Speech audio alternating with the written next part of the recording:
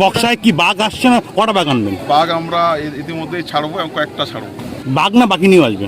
কিছুদিনের মধ্যেই আমরা বাঘ মামাকে নিয়ে আসবো। বন দপ্তর বক্সা ব্যাঘ্র প্রকল্পের জঙ্গলে শীঘ্রই আসছে বাঘ। রবিবার সিকিয়াছড়া পর্যটন কেন্দ্রে এসে এমনটাই জানালেন রাজ্যের বন ও পরিবেশ মন্ত্রী মনোজ কুমার ওরাও। বনমন্ত্রী হওয়ার পর জুলাই এসে এদিন তার প্রথম কর্মসূচি ছিল সিকিয়াছড়া পর্যটন কেন্দ্র। রবিবার বিকেলে তিনি এই পর্যটন কেন্দ্রে আসেন। প্রাকৃতিক সৌন্দর্য এখানকার সকলের মন মুগ্ধ করে দেয়। সিকিয়াছড়া নৌকা বিহার করতে আসেন দূর দূরান্ত থেকে বহু মানুষজন। বনমন্ত্রীকেও দেখা যায় নৌকা বিহার করতে। নৌকা বিহারের শেষে তিনি সিকিয়াছড়ার এলাকার বাসিন্দাদের সঙ্গে কথা বলেন এবং জেনে নেন তাদের অভাব এবং অভিযোগ। এলাকার উন্নতি সাধনের পরামর্শ গ্রহণ করেন তিনি। এছাড়াও তিনি জানান খুব শীঘ্রই বক্সার জঙ্গলে বাঘ ছাড়া হবে। এখানে স্বনির্ভর গোষ্ঠী এবং সাধারণ মানুষের সাথে কথা বললো, কি তারা চাইলো, কি দাবি করলো, কি বুঝলেন? অ্যাকচুয়ালি সিকিয়াঝড়া বলে পরিচিত, কিন্তু আমরা যা লোকাল তারা জানি এটা হচ্ছে বাংলার আমাজন।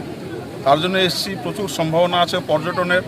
আর সেক্ষেত্রে বন দপ্তর আর পর্যটন যদি একত্রিত না হয়, সাথে পরিবেশ, তাহলে বিভিন্ন জায়গায় সমস্যাগুলো হয়। এর আগের সরকার এই সমস্যার জন্যই অনেক জায়গায় অনেক কাজ আটকে ছিল, জট বিঁধেছিল, খালি পড়েছিল। তো শঙ্করদার সাথে কথা হয়েছে, সে প্রচুর আমাকে হেল্প করবে। আর আমরা পর্যটনকে নিয়েই বন দপ্তর চলবো। সেই ক্ষেত্রে এখানে এসেছিলাম, এখানে প্রচুর সম্ভাবনা আছে। আমরা চাইছি এমপ্লয়মেন্ট, আমরা চাইছি মানুষকে রিভিল করানো এই এলাকার নিয়ে। তো তার জন্য অল্প অল্প করে অবশ্যই উন্নয়নের চেষ্টা করব। এখানে যে দাবিগুলো আছে যারা বলেছে, বা কিছু কিছু প্রকল্প সেটা করার কথা বলেছে। এরপর আমাদের প্রশাসনিক বৈঠকও আছে, আমাদের আধিকারিকরা তাদের সাথে কথা বলে নেব, তাদের মতামত নিয়ে নেব। নিয়ে মোটামুটি আমার প্ল্যান একটা আছে যে এই উত্তরবঙ্গে, বিশেষ করে আলিপুরদুয়ার জেলা করে বিভিন্ন জায়গায় ইস্ট ওয়েস্ট নর্থ সাউথ একটা সার্কিট তৈরি করার, যেন কমসে কম পর্যটকরা 3 দিন 4 দিন এখানে থাকতে পারে, আলিপুরদুয়ার শহরে যেন থাকতে পারে। বিভিন্ন জায়গায় তারা যেন সেই পর্যটন লাভটা উঠাতে পারে। বিভিন্ন কারণে সেগুলো অনেক জায়গায় বন্ধ হয়ে গিয়েছিলো, তো চেষ্টা করব সেগুলো খুলে দেওয়ার। পর্যটন ছাড়া এবং চা শিল্প ছাড়া সেরকম কিছু নেই আলিপুরদুয়ারে, তো সেটা আমাদের ফার্স্ট প্রায়োরিটি। বক্সায় কি বাঘ আসছে না? কটা বাঘ আনবেন? আসলে 29 তারিখের ডেটটা বলছি না, মানে মাসটা বলছি না, শুধু ডেটটা বলছি। আশা করি খুব শীঘ্রই আপনারা ভালো খবর পাবেন।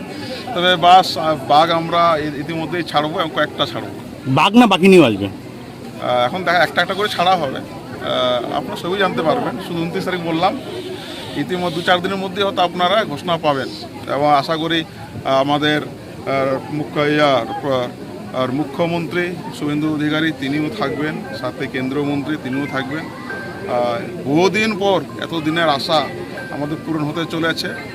কিছুদিনের মধ্যেই আমরা বাঘ মামাকে নিয়ে আসবো। বন দপ্তর থেকে গত বছর গত সরকারের আমলে বন দপ্তর থেকে বনবাসীদের পাট্টা দেওয়া হতো, যেখানে বাবার নাম পশ্চিমবঙ্গ সরকার, জমি মালিকের নাম বন দপ্তর।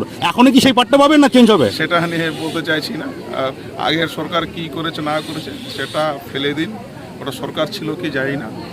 এখন সরকার চলবে, সরকারের মতোই প্রশাসন চলবে, প্রশাসনের মতোই। দাদা, এই বক্সায় বাঘ আনা হবে, জয়ন্তী মাঝে অনেক গ্রামকে স্থানান্তর করার কথা চলছে, অনেকে যেতে চাইছে না গ্রাম ছেড়ে, তাদেরকে কি করা হবে? মোটামুটি 400-450 ফ্যামিলি ছিল, ইতিমধ্যে প্রায় সবটাই 90% চলে গেছে। 10-12টার মতো ফ্যামিলি, তাদের সাথে আলোচনা চলছে। হয়তো খুব তাড়াতাড়ি সমাধান হয়ে যাবে, হয়তো 2-4 দিনের মধ্যে আপনারা খবরটা পাবেন। তবে বাঘ আমরা আনবই, বাঘ মামাকে আমরা। বাঘের যে পরিবেশ দরকার সেটা কি এই মুহূর্তে রেডি আছে? মোটামুটি হয়ে গেছে, তবে এমন তো ব্যাপার নেই যে পরিবেশ হয়ে গেলো, তৈরি করতে হবে যা যা আছে।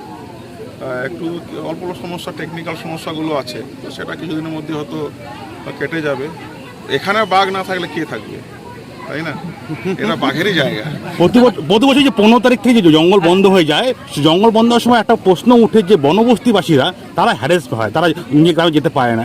এইবার কি সেই একটা হবে? দেখুন, এইসব ব্যাপারটা অনেক বেশি ভালো জানে আধিকারিকরা, ডিপার্টমেন্টে যারা আছেন তারা এই টেকনিক্যাল ব্যাপারগুলো জানে। অনেক কিছু ব্যাপার আছে, ব্রিডিং টাইম আছে, ইত্যাদি আছে। যেহেতু আমাদের বন দপ্তর, তো বনকে তো আমরা প্রাধান্য দেবই। তাদের জন্য কোনো ধরনের কোনো সমস্যা না হয় সেই সময় তো আমরা দিতেই হবে। সব কিছু করা যায় না, কিছু প্রকৃতির উপর ছেড়ে দিতে হয়। ঠিক আছে, থ্যাংক ইউ। Thank you.